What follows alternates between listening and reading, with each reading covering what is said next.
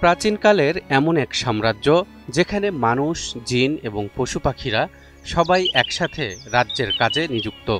এখানে এমন এক রাজা ছিলেন যার নাম শুনলেই মহাশক্তি আর জ্ঞান কল্পনা করা যায়। তার নাম হযরত সুলাইমান আলাইহিস সালাম। কিন্তু এই মহান রাজা একদিন সফরে বের হয়ে এক ছোট্ট প্রাণী পিঁপড়ার দিকে তাকিয়ে হেসে উঠেছিলেন। সূরা আন-নামলের 17 থেকে 19 নম্বর আয়াতে এরশাদ হচ্ছে, وَحُشِرَ لِسُلَيْمَانَ جُنُودُهُ مِنَ الْجِنِّ وَالْإِنسِ وَالطَّيْرِ فَهُمْ يُوزَعُونَ حَتَّى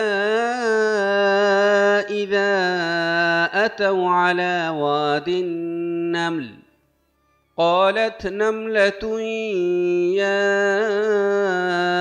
أيها النمل ادخلوا مساكنكم لا يحطمنكم سليمان وجنوده وهم لا يشعرون فتبسم ضاحكا من قولها وقال رب أوزعني أن أشكر نعمتك التي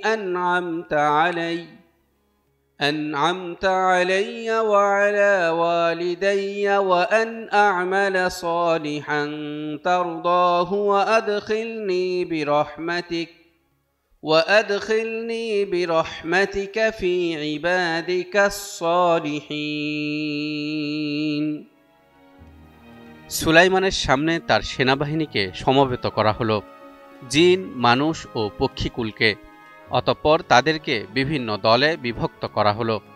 যখন তারা পিপীলিকা অধ্যুষিত উপত্যকায় পৌঁছালো, তখন এক পিপীলিকা বলল, হে পিপীলিকার দল, তোমরা তোমাদের গৃহে প্রবেশ করো, অন্যথায় সুলাইমান ও তার বাহিনী অজ্ঞাতসারে তোমাদেরকে পিষ্ট করে ফেলবে।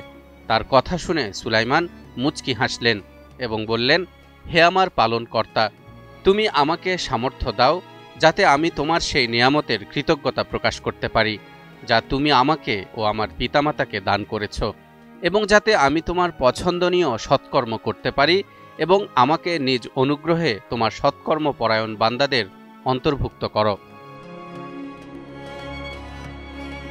হযরত সুলাইমান আলাইহিস সালাম ও পিঁপড়াদের মধ্যকার কথোপকথনের এই ঘটনাটি আমরা অনেকেই জানি, কিন্তু হযরত সুলাইমান আলাইহিস সালাম সেদিন পিঁপড়ার কথা শুনে কেন হেসেছিলেন তা কি আমরা জানি? দর্শক, আজ আমরা সে বিষয়টি জানার চেষ্টা করব। হ্যাঁ, সুলাইমান আলাইহিস সালাম সেদিন হেসেছিলেন, তবে এই হাসি সাধারণ কোনো হাসি ছিল না, এটি ছিল এক গভীর উপলব্ধি। সুলাইমান আলাইহিস সালামের সেদিন মনে হয়েছিল, মানুষ, জিন আর পশু পাখিদের রাজা হলেও আমি আসলে কতটা অজ্ঞ ও উদাসীন। এখানে যে পিঁপড়াদের বসতি থাকতে পারে এবং তারা আমার ও আমার বাহিনীর সদস্যদের পদভারে পিষ্ট হয়ে মারা যেতে পারে, বিষয়টি আমার মাথায় এক মুহূর্তের জন্যও আসেনি। অথচ আমার রব, আমার প্রভু মহান আল্লাহ তাআলা, যিনি সমস্ত বিশ্বজগতের প্রতিপালক, তিনি মোটেও অজ্ঞ নন এবং তিনি কখনো উদাসীন হন না। এ মহাবিশ্বের ক্ষুদ্র থেকে ক্ষুদ্রতর বিষয় ও বস্তু তার জ্ঞানের বাইরে নয়। এ কারণেই মহান আল্লাহর একটি গুণবাচক নাম আল-লাতীফ, যার অর্থ অতি সূক্ষ্ম, নরম, সমস্ত নিখুঁত বিষয়ে অবগত। তাই তো পবিত্র কোরআনে ইরশাদ হচ্ছে, লা তুদরিকুহুল আবসার ওয়া হুয়া ইউদরিকুল আবসার ওয়া হুয়াল লাতীফুল খবীর। দৃষ্টি তার নাগাল পায় না, বরং তিনিই সকল দৃষ্টি নাগালে রাখেন। তিনি অতিশয় সূক্ষ্মদর্শী, সব বিষয়ে ওয়াকিফাল। দর্শক, এবার চিন্তা করুন, যদি সুলাইমান আলাইহিস সালাম আর পিঁপড়ার মধ্যে এত বড় ব্যবধান থাকে, তাহলে আল্লাহ ও আমাদের মধ্যে কত বড় ব্যবধান। অথচ আমাদের মধ্যে অনেকেই আল্লাহর সেই মহত্বকে উপলব্ধি করতে পারি না, মানতে চাই না সেই মহান রবের বিধিবিধান। ইরশাদ হচ্ছে, ওয়ামা কদরুল্লাহ হাক্কা কদরিহি ওয়াল আরদু জামিআন কবদতুহু ইয়াওমাল কিয়ামাহ ওয়াস সামাওয়াতু মাতউইয়াতুন বিয়ামিনিহি সুবহানাহু ওয়া তাআলা আম্মা ইউশরিকুন। তারা আল্লাহর যথাযোগ্য মর্যাদা দেয় না, অথচ কিয়ামতের দিন গোটা পৃথিবী থাকবে তার হাতের মুঠোয় এবং আসমানসমূহ তার ডান হাতে ভাঁজ করা থাকবে। পবিত্র ও মহান তিনি, তারা যাদেরকে তার শরীক করে তিনি তাদের বহু ঊর্ধ্বে। কাজেই আসমান ও জমিনের প্রতিটি অণুপরমাণু, প্রতিটি প্রাণের নিঃশ্বাস, প্রতিটি হৃদয়ের স্পন্দন সবই আল্লাহর নজরদারিতে রয়েছে। এমনকি একটি পিঁপড়ার ক্ষুদ্র হৃদস্পন্দনও তার দৃষ্টির বাইরে নয়।